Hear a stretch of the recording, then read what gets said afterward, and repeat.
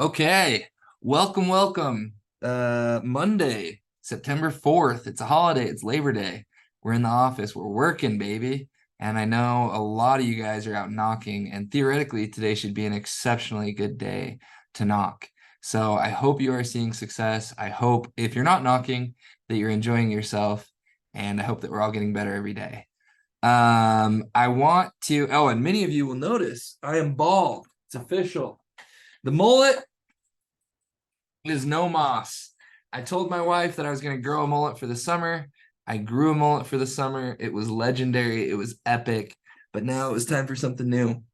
And I'm the kind of guy who, for some reason, I always have to go crazy. Like I never just get a normal haircut. So I decided to buzz my hair on the shortest setting this time. And I think I look kind of good, kind of like a respectable convict or something. But hair grows back and it'll be fun. But yeah, no more mullet, just straight business, both in the front and the back. So straight business. I wanted to do a real estate podcast and then include some Aptive stuff for everybody. It's been a couple weeks since I've done one of these, and I want to really consistently do them probably every 2 weeks during the off season to keep us all connected and dialed and motivated and hungry. So first and foremost, just man, guys, like a huge just congratulations to everyone on summer 2023. We have shattered expectations. We have broken records. We have done more revenue than we've ever done before. And it is incredible to see the success happening. I'm really sincerely proud of each of you, really grateful for all you guys. I feel honored to have worked alongside you all summer, and I'm just thrilled with the outcome. And I hope you guys all feel that way too.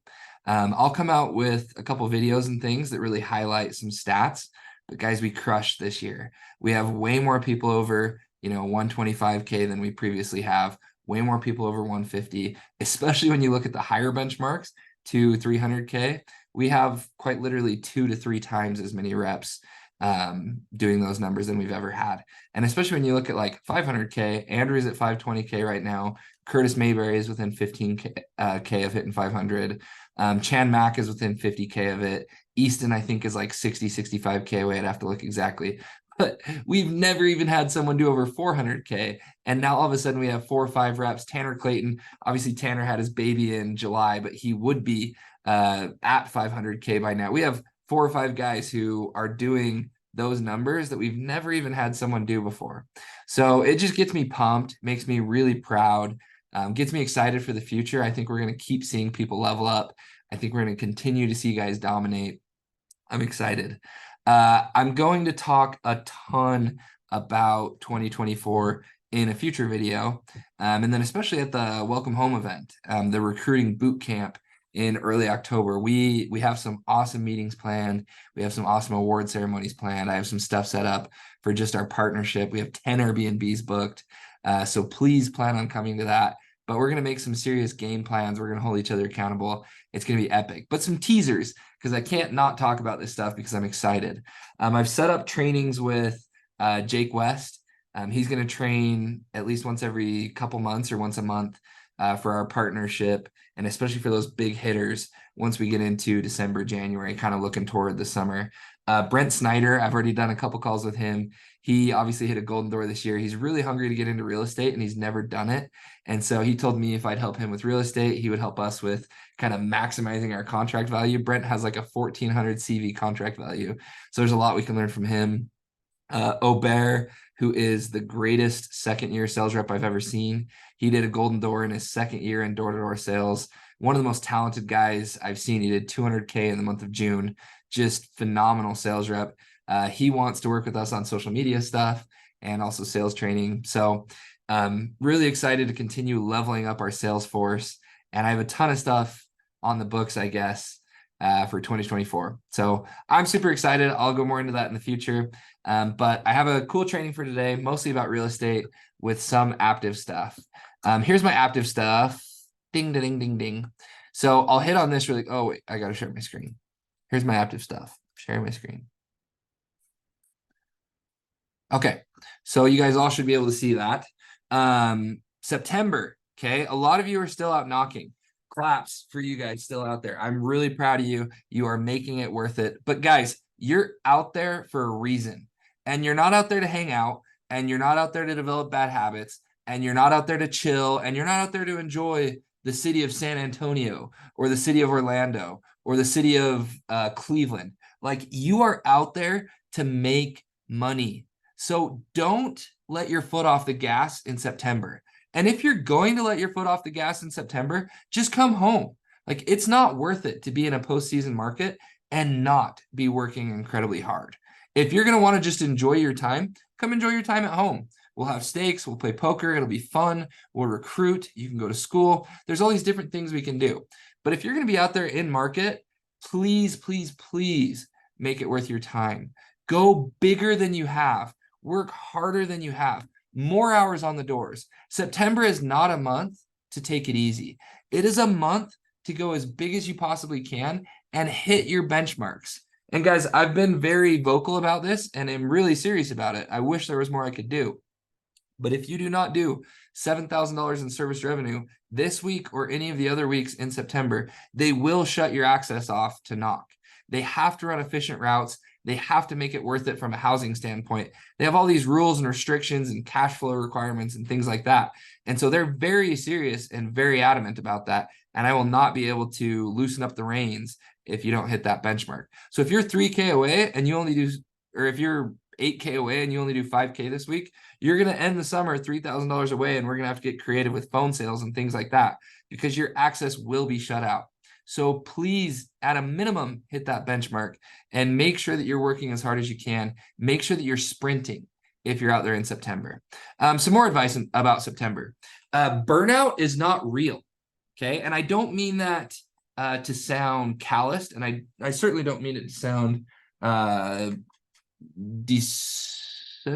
insensitive.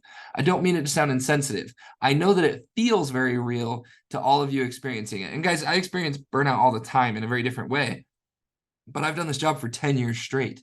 I get really burnt out of recruiting. I get really burnt out of people calling or texting me on freaking Saturday night at 8 p.m. when I'm in Yellowstone with my family. I get really burnt out of those things, but I'm adamant and I'm calculated and I'm committed to habits and to the process and to the results that I want.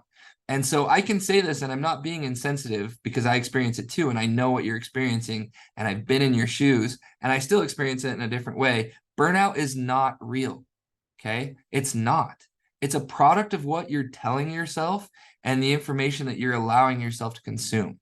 If I told any one of you, hey, if you go out and knock the next 3 weeks as hard as you possibly can, and if you give 110% effort every single day, you're just, all out, pedal to the metal, and you have to PR for the next 3 weeks. You have to PR. And if you PR, I will give you a $100,000 cash bonus. Okay. I would guarantee that like 90% of us would PR. 10% might not, just because you might hit a slow streak or the pressure might get to you or whatever. But 90% of us would find a way to PR because the stakes would be so high. The reward would be so great that you would find a way. You would work more hours. You would be mentally committed. You would be excited on the doors. You would be energetic and enthusiastic with your pitch. You would find a way to make it happen. Okay. A perfect example of this is the Aptive Cup. Obviously, we had San Diego win the Aptive Cup this summer. I'm going to talk about that in every single one of these podcasts because of what a monumental accomplishment it was. But those guys were dialed day in and day out for months. And really, especially that last month, they were the top team in the company with 12, 13 reps versus a lot of the teams had 20, 25. So they crushed. They eviscerated. And this is not a dig at San Diego, but the day after the Aptive Cup, or 2 or 3 days after the Aptive Cup, I got 5 calls from a bunch of them. And they're like, man, it's never been harder to knock. I'm not having any luck. I'm just so, ugh. And guys, it was nothing to do with the area. It was nothing to do with their ability. Obviously, they had just proven that by having PR after PR after PR after PR. It was everything to do with the mind. Cleveland had the same thing happen. They were doing 50K, 60K. Day after the Aptive Cup, 29K, 28K. It happens to all of us. And if you look at some of the teams that are not disciplined, that got out in earlier rounds that tried to make a push, they would go from like 50K to like 15K. Okay. It's all a product of the mind. If you have the motivation, if you have the incentive, if you win the battle in your mind, you will find a way to be more successful in September than you've ever been. And I mean that. Okay. And I mean it from my core. And I'm going to be in the office every day in September, and I'm going to keep working hard with you guys, and I'm going to be recruiting, and I'm going to be putting out content, and I'm going to be trying to build this business. So you're not in this alone. Okay. You have dozens of other men and women out there knocking with you who are committed to the same thing. So hold each other accountable, and let's all go big this month. If you are home from the summer, okay, you can take a few days or even a couple weeks and enjoy your life. You've earned it. Once the summer wraps up, to me, you've earned that and you deserve it. But after that, let's get back to work. We have a future to build. We have goals to accomplish. We have things to do. We want to grow. I want this partnership to go from 22 million in 2023 to 30 million in 2024. We need some substantial growth. We need some new talent in the door. We need people from other companies joining on. We have a lot of work to do, and I'm really hungry and really motivated, and I really want us to dominate. So if you're back from the summer, if you're done knocking, take a few days. And if it's been a few days, let's get back to work. Okay, let's get it going. I'm excited. Let's get revved up. Let's put in the time. It's going to be awesome. I wrote a couple notes here. The battle is in your mind. There's a YouTube video I'll send out about that. Literally, you have to win the battle in your mind. And if you can do that, you will do great things. So I don't want another one of you texting me saying, oh, I just can't do it anymore. It's hard. Oh, the area has been knocked. Whatever your excuse is. I don't want it. Okay. Win the battle in your mind, and you can do it. You can, and you should. If you're going to be out there for the month of September, make it happen. And if not, just come home. We'll have fun. I'm in full support of you guys coming back here and enjoying your life. And if you're at your goal, we'll see you here. And if you're not at your goal and you aren't going to get there, then just come home. We'll enjoy it. It's not worth being out there if you're not going to push. So pedal to the metal. Let's push hard. No excuses. Okay. Don't allow yourself to have excuses. Don't believe the excuses. Don't buy into that. It's not worth it. Life is easier lived if you accept consequences and you don't make excuses. Sometimes I don't make it happen, and it pains me to my core, but it just didn't happen. Okay. And I'm going to take full ownership of that. Live life to the fullest, especially in the month of September. We have done something incredible and beautiful and majestic and magnificent this summer. Let's live it up. Let's enjoy it. Okay. We've earned that right. Let's continue to push, continue to grow, and have the best possible off-season, recruiting season that we possibly can. Get ready to do bigger and better things in 2024. I'm excited. Recruiting snowball. Okay. Most important time of the year is right now, and that is statistically factual. Okay. I'll send out some stats, but Brian Swindlehurst, the corporate trainer, he's awesome. He sent us out some stats last week, and reps that sign on in September, rookie reps that sign on in September. So guys that sign right now for 2024 statistically do about 15% better than guys that sign on in November. And guys that sign on in November statistically service about 15% more than guys that sign on in January. And guys that sign on in January statistically service about 15% more than those who sign on in March. And so when you look at September to March, the rookies that you sign right now literally do twice as well as the rookies that you sign in March. And so it is worth it to put in time recruiting in September. It's worth it. Okay. Those guys have more time to assimilate. They have more time to train. They have more time to recruit and build this beautiful snowball to help you with a full team for next year. Like, it is better right now. So enjoy a couple days, enjoy a few days, enjoy even a week or two if you need it. But when you're back, let's get to work and let's recruit, because now is statistically the best time of the year to recruit. Buy in, go all in. Don't be half in, half out. Oops. This group is going places. Okay. If you're with us, ride with us. I believe in what we're doing. I believe that we are the partnership, the group, the company, the team in all of door to door that is going to elevate the most this offseason, that is going to dominate at the highest level this year, that is going to win the biggest, earn the most amount of money, buy the most real estate, grow the most, have the best experience. Like, this is the place. So believe that and buy into it. And if you don't believe that, and if you don't buy into it, let's have a conversation and we'll wish you the very best. But I truly believe that this group is going to elevate the vision of what's even possible in door to door. I have some stuff up my sleeve that I am super, super excited about. So please be all in with us. Be in the office, be recruiting. If you're out selling, be selling. Let's do some pest blitzes this year. I'll even go on a couple. Let's go big. Okay. Now is the time. Now, on that note, I am going to go through some real estate stuff. I actually spent more time on that than I intended, so I apologize. This is the, I guess, slideshow that I did last time. We talked about how to get into a property this year. Traditional financing, you need 2 years work history, good debt to income ratio, good credit score and credit history. Typically, they'll need a 3.5 to 25% down. You'll have 2 to 3% in closing costs that you have to pay out of pocket. You can have a max of 10 of these in your names. We talked about debt service coverage loans and how these are an up and coming thing for investors. Typically, they'll have a higher down payment requirement of about 20% and a slightly higher interest rate, but they're not based on your credit score or history. They're just concerned with the cash flow of the property. So a really great tool for investors. Seller finance. We talked about how everything is open for negotiation. Okay, the down payment option, the interest rate, the monthly payment, the term length. These are awesome. They're hard to find, but they're incredible. Subject to, it's a type of seller finance where essentially you take over their mortgage. You buy the house subject to their existing mortgage. They're awesome. All cash, you can buy a property in cash. That's big baller time. In my opinion, it's also not the smart way to go. Or you can invest in a fund.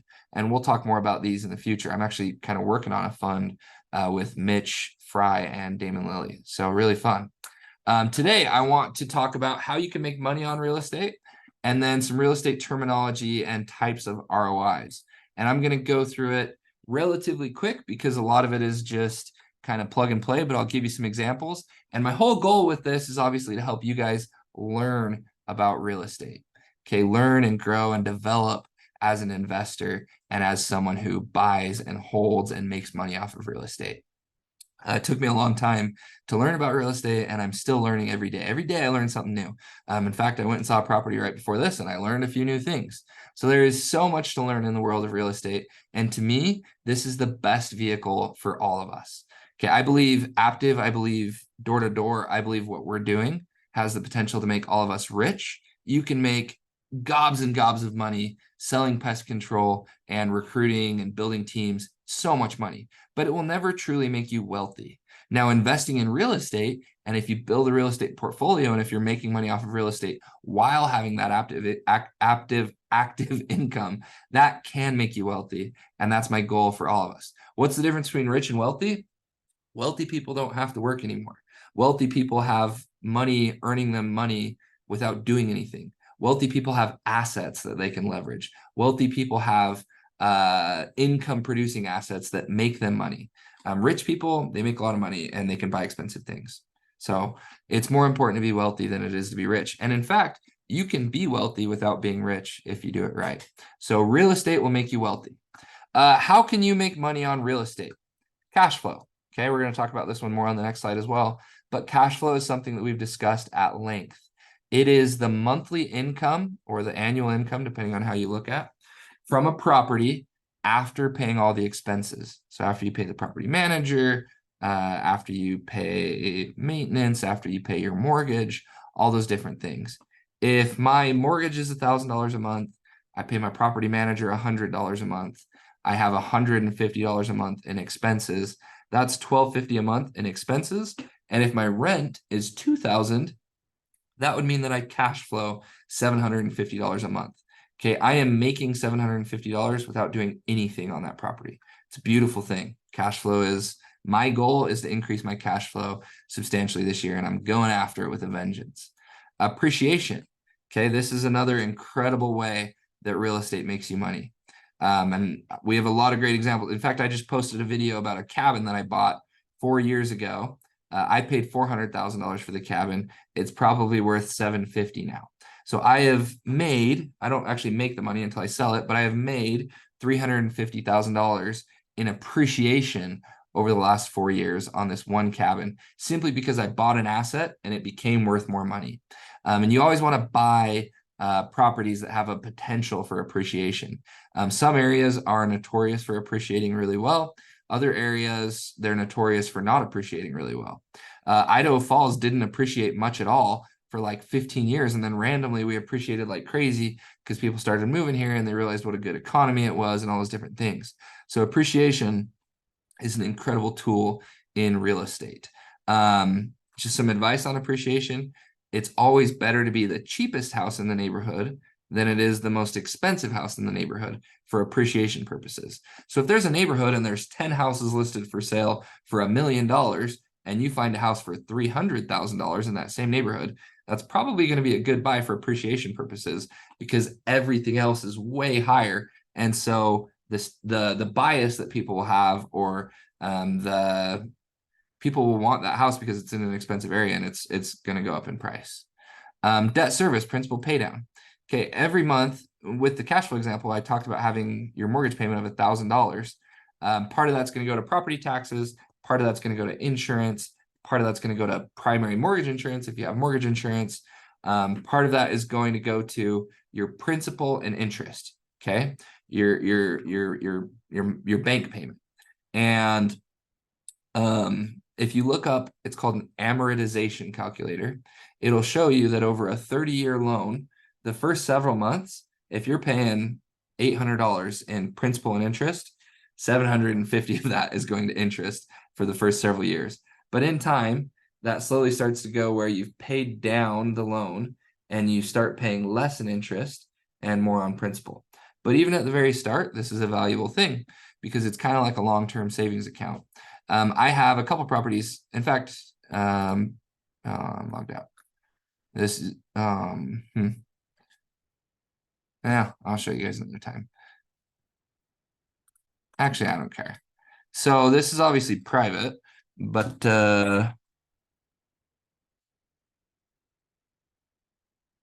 oops.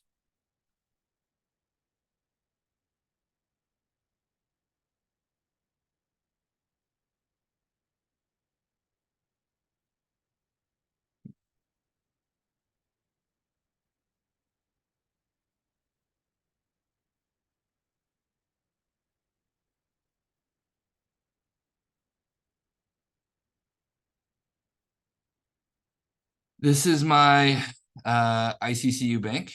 You can see that I have several accounts. Some have a moderate amount of money. Some don't have very much money at all. I would like to have some more money right now. I also have loans on my wake setter, Emma's car, and the Ferrari. And then these are all my properties. So this is how much I owe on each of these properties. This loan up top is probably the investment property that I've held for the very longest. And you can see that each month I make my payment and how much I owe goes down ever so slightly. So let's see. When you look back to, what month are we in? September. Last year at this time, I owed $91,764.58 on this loan. A year later, as I make this payment, I owe $89,864. So over the last 12 months, I've had almost $2,000 in principal paydown, which is really cool. And when you look at that over 10, 15 properties, obviously that adds up. And when you look at it in the long term, like if I look at it a year from now, I'll probably have paid down another $2,500 because I've paid that loan down to where I'm not paying as much interest every month. My monthly payment doesn't change, but I'm not paying as much interest every month because every month that principal goes down slightly. So hopefully that makes sense and hopefully that's helpful and hopefully you keep that semi-private. I don't really want the world to know about it, but I have a spreadsheet that I'm happy to share with you guys where I track all that stuff. And I think it's really useful to see that. And I think a transparent look is really helpful. Cost segregation. Okay, cost segregation we've talked about before. I don't understand it as well as I would like, so I'm still learning, but it is a way that real estate saves you big money on taxes. If you make $500,000 in a year and you spend $200,000 on real estate down payments, you can write a lot of that money directly off your taxes. Now, it's not a dollar for dollar savings, because you don't pay 100% in taxes. You're paying, 40% in one bracket, 35% in one bracket, 30% in one bracket, 25% in one bracket, and so on and so forth. So people often make the mistake of like, oh, you're saying if I buy a new laptop that, a $2,000 laptop, that saves me $2,000 on my taxes. No, incorrect. It saves you 2,000 times whatever tax bracket you're in. And cost segregation kind of works the same way, where if you put $200,000 into down payments, it doesn't lower your tax bill by $200,000. It lowers your tax bill by whatever amount of money your bracket you're in. But it's a really, really awesome thing. And actually, in some ways, I'm wrong. In some ways, with cost segregation, you can lower it dollar for dollar. But again, I got to get more in depth on that, but it's a way that real estate saves you buku money in taxes. And so the richest people in the world, Chandler Smith, actually, to use him as an example, they will buy properties, not even for cash flow, not even for appreciation, not even for principal paydown, simply to save themselves money on taxes. Because if you can save 40% off of every dollar that you spend on taxes, that's a 40% return right away, which is a really, really killer return on real estate. So cost segregation is a beautiful thing.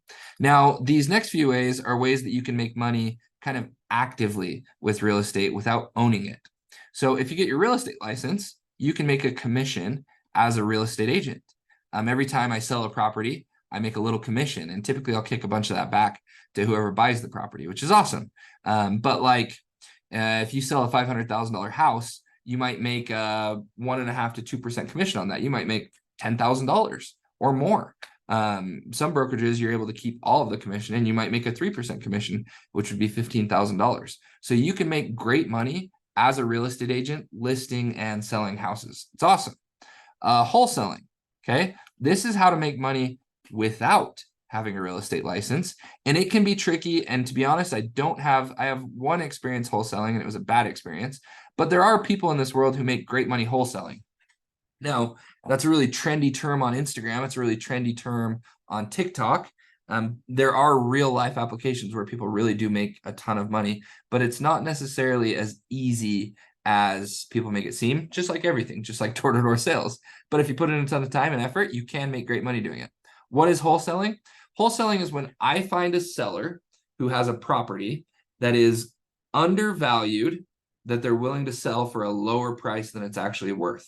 So an example of this, I'm actually under contract on a fourplex right now, and I don't know the wholesale fee, but I'm pretty sure it's $50,000.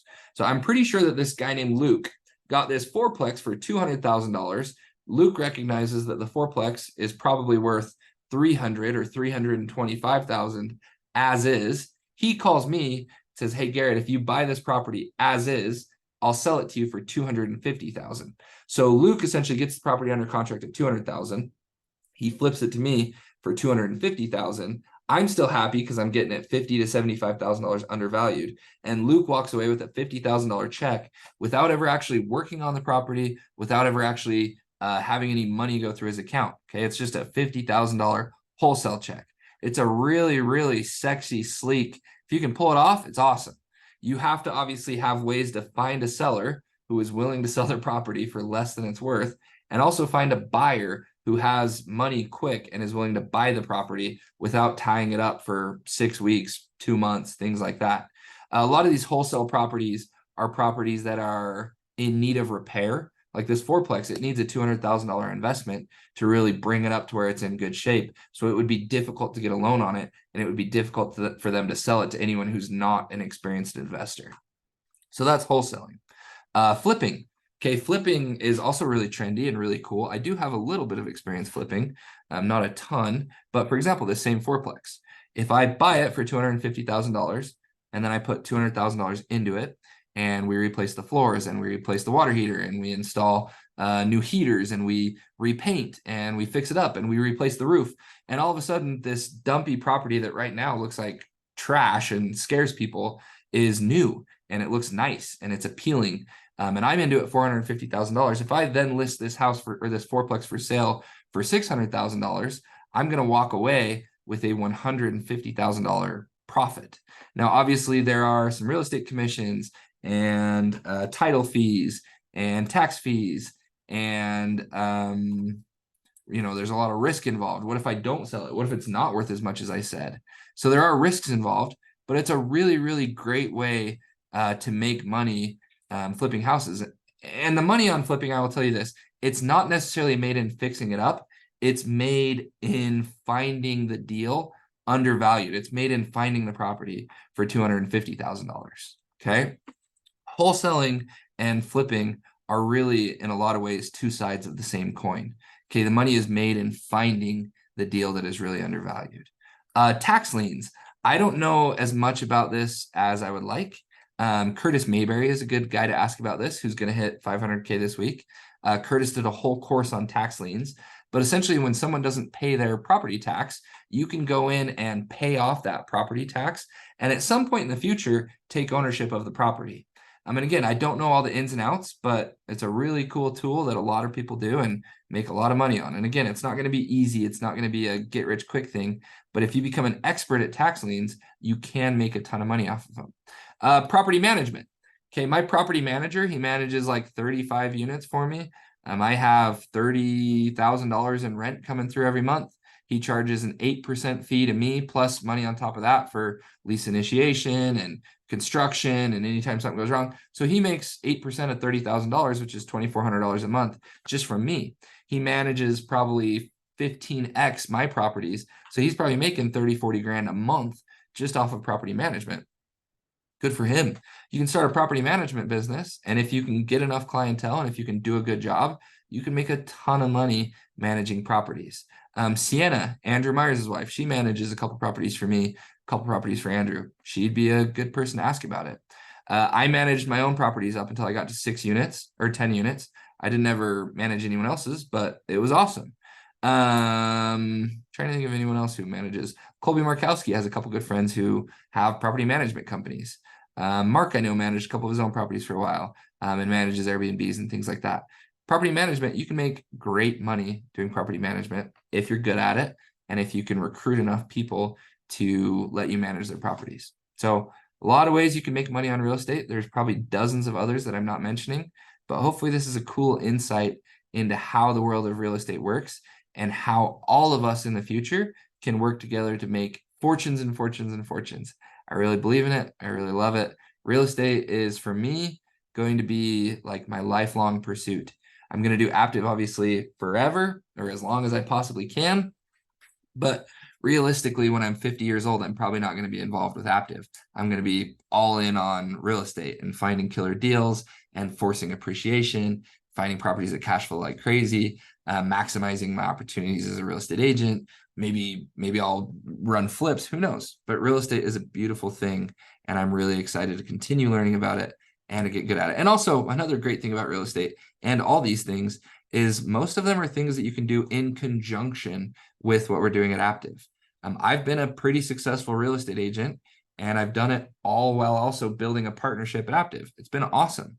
I have one wholesale under my belt, and I never got paid on it. The bastard never paid me. So that was a lesson learned on my part. You got to have great contracts. But I did that while working at Aptive. I've flipped really probably 2 properties, all while working at Aptive. I've never done tax lien stuff, and I've managed or helped manage a lot of properties all while working at Aptive. So meet Kevin, if you guys watch him on YouTube.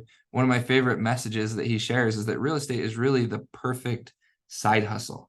Okay, you can do it as a main active income source. You can, certainly. There are people who do really, really well with all these things, but you can also do it as a side hustle, and it's a beautiful side hustle where you can make tons of money. Let's see how long I'm at in this call. I don't even know if it says. Well, I'm going to keep going. This is a little longer than I meant, but I'm going to breeze through some of these terminologies and types of ROIs, and we'll come back to these and spend more time on them in the future, but I think it's still really good to understand. And you gotta learn something 7 times before it really sticks. So this can be one of those times. Cash flow. Again, we've talked about this one at length, but it is the amount of money that you pocket after paying all expenses. And so, like, when you look at my investment portfolio, I cash flow like $8,000 to $12,000 a month after paying my property manager, after all expenses and repairs, and even after planning for some future expenses. So cash flow is an awesome metric.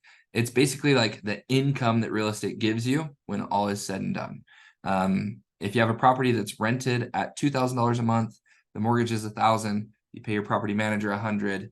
You pay $150 in expenses and repairs and things like that. You cash flow $750 a month. It's awesome. Cash on cash return. Okay, this is a really popular metric for measuring, I guess, how good of an investment you possibly have. So if you buy a $1 million property and you put 20% down on that property, that's $200,000 down. If that property then cash flows, again, we just talked about cash flow. If that property then cash flows $3,000 a month, that is $36,000 a year. You would do 36,000 divided by 200,000 to get your cash on cash return. 36,000 divided by 200,000 is 0.18. So you have an 18% cash on cash return. That is an exceptional cash on cash return. Okay, really, really good. Most investors, most like 5-star investors will look for at least a 10% cash on cash return. But the reality is, in today's market, even a 6 to 8% cash on cash return is pretty hard to come by, and a pretty good metric. I have properties where I've got a 30% cash on cash return, and I have properties where the expenses are higher, the rent is less, and I'm only cash flowing 8%. But cash on cash return is the cash flow divided by your initial investment or your money into the property. And obviously increasing your cash flow or decreasing your money into the property by a cash out refinance or things like that are both ways to increase your cash on cash return. NOI, real estate is like famous for having just oodles and scads of acronyms. Acronyms is what those are called, right? Like 3-letter terms that no one knows what they mean. NOI stands for net operating income.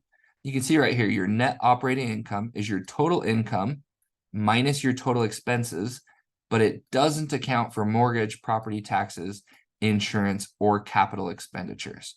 So essentially, it's all the rent that you collect minus whatever fixes and things like that you had to do on the property during the year. So this $1 million property that produces $36,000 in cash flow, the total income is really probably like 200,000.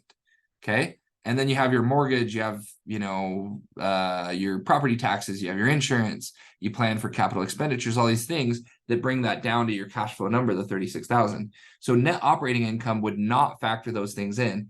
It would only factor like how much you're actually putting into repairs and things like that. Cap rate. Okay. Cap rate, you will hear a lot amongst like commercial real estate investors. Like once you get into the big leagues, they really don't talk about cash on cash return or cash flow quite as much. They talk about cap rate. Okay, you'll hear that thrown around all the time. And cap rate is essentially a standardized way to just measure how good the investment is, like what kind of return you're getting. And cap rate is your net operating income, which is just what we talked about, the total income minus the total expenses, divided by the asset value. Okay. So if your net operating income is $200,000 and the asset is worth 2 million, you would do 200,000 divided by 2 million. That would be a 10 cap. Okay. 10% cap. That's how you do the math. And commercial investors and people that invest in the big leagues, the higher the cap rate, typically the more risky an investment is. And the lower the cap rate, typically the more stabilized or the more secure the investment is. Obviously, with higher risk, higher cap rates, your potential to make money is greater.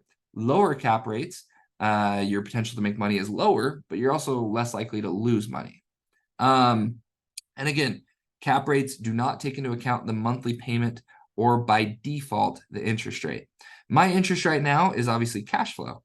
And so I don't typically worry about the cap rate quite as much. I'm worried about cash flow. But when you get into those commercial investing spheres, people will talk about how, oh, I bought this property at a 4 cap and I increased the net operating income by putting in a laundromat. And so my 4 cap is now a 6 cap. because the asset value, is still here, and I increase the income by this much to increase the cap rate to a 6 cap. And so if people will buy at a 4 cap, which is what I bought at, all of a sudden my property is worth 50% more because I increased the cap rate from a 4 to a 6. And so they'll still buy it at a 4, so the asset is worth more money. And so that's why people use cap rate. It's an easy way to determine value of a property against the income that it's producing and things like that. So probably a little bit complicated. And again, we'll spend more time on this in the future. DTI, debt to income ratio. We've talked at length about this. When you go to apply for a loan, the lender will be really worried about your debt to income ratio.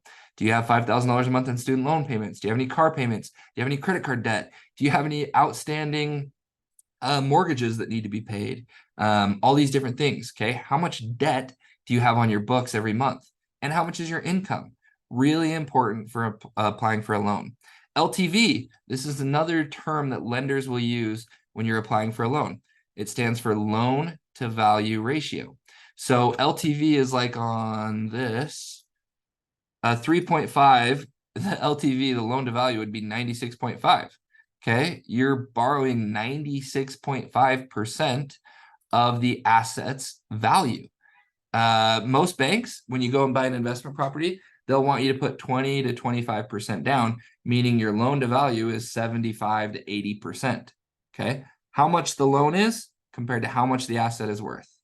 CapEx, we use that up here in net operating income. Net operating income does not take into consideration your CapEx expenses, your capital expenditures. Okay, so capital expenditures is something that you have to plan on in real estate investing that you may not have to do every month, but eventually you're going to have to. So a really common, easy to understand CapEx expense is like the roof. Like when you replace a roof, it might cost $20,000, but you only replace the roof once every 25 years, hopefully longer, maybe once every 30 years. And so it's a $20,000 expense that hits all at once. You can't break that up over time, but you only do it once every 20 years. So when you look at the roof and you factor in how much that roof's going to cost, people will plan for it ahead of time. And they'll say, okay, my CapEx on this property is going to be 12%. Like when I factor, especially an older property, when I'm looking at my returns and I'm trying to figure out what my cash flow will be, I will pre-factor in a CapEx expense of 12% every month. So if I'm renting this property out for $2,000 a month, I'm putting $240 aside for CapEx expenditures. Okay. And again, some months I'll have zero CapEx expenditures, but in 20 years, I'm going to have a $20,000 one when I have to replace the roof. And I want to have money set aside planning for those things. Other CapEx examples are like your water heater, the carpet, the paint on the exterior. CapEx also kind of plays into cost segregation because that's what cost segregation does, is it values those things on a certain life period. But yeah, you got to plan for CapEx. When I'm calculating returns, other things that I consider and that I factor in, especially as I'm looking at what my cash flow will be, what my cash on cash return will be, occupancy rates. So this one I plan for 12% on older properties. Occupancy rates, obviously your property is not always going to be rented. You'll have months and weeks and days and sometimes multiple months where your property will go vacant. And if you don't plan ahead for that and you don't have money set aside for that, you could get into trouble because you're going to have to make the monthly payment that month. The bank doesn't just go, hey, you had a tenant move out, like don't worry about your payment this month. It doesn't happen. You still have to make the payment. And so I have a couple properties that unfortunately they've sat vacant for 2, 3, 4, 5 months. And you got to plan on that. When I look at my portfolio as a whole, I factor in a 6% vacancy or an occupancy rate. And so, if this property is going to cash flow, or if I'm going to rent it for $2,000 a month, I'm setting aside 6% of that every month, which would be $120 every month for that random month once every couple years where it's not rented out because the tenant moved out and we didn't find a new tenant to move in. Management fees. Again, you're going to pay 8% to 12% on average for a property manager. You might find someone who's newer or who you have a relationship with, or if you have enough volume, they'll give it to you for 6%, and great in those situations. But your manager is going to charge 8 to 12%. The Ohio properties that I'm looking at, the property manager is going to charge us like 12, 13%, but we're out of state and I want somebody who's going to do a really good job. And so it's worth it to pay that because I'm not going to be hands-on. Management fees hurt for sure. Like I say, I'm paying $2,400 plus a month to a property manager, but that's also how I can scale and not have it be my full-time job. If I had to manage all 35 of my units and work on fixes and check in with tenants and collect rent and, spreadsheet all this crap, I wouldn't have as much time to give to acquiring more real estate or working at Aptive. It becomes a full-time job at some point, which is why it's one of the ways that you can have an active income in real estate. And you can totally manage your own units up to a certain point, but at a certain point, it's well worth it to invest in a property manager who's going to do a super good job. Cool. That is all I have for this call. I really hope that this is useful information. I hope that you guys get some value out of it. I hope you have some questions. Feel free to message or comment with any questions. I would love to help out. Hit me up on Instagram, whatever I can do to help. I'm there. Excuse me, Red Bull's getting to me. Again, I mean this from the bottom of my heart. I really love this group.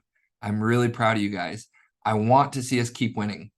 I want to see us finish out September really strong, dominate, push, go big, make it worth your time. If you're out there, make it worth your time. Okay. I want to see us dominate in recruiting this month. Let's get some people on the board. We have 120 reps signed already. That's awesome. Obviously 95% of those are people coming back from last year. Let's get some new guys in the door. The reps that you sell right now, statistically, will be the best reps that we sign all year. They have the highest chance at being successful because they have more time to integrate with our culture, more time to train, all those different things. Let's go big with that. Plan on the October Welcome Home event. It's going to be awesome. Okay. You want to be there. There's going to be prizes. There's going to be swag. There's going to be food. It'll be next level. Please make the trip. Please come. It's going to be great. What else did I have?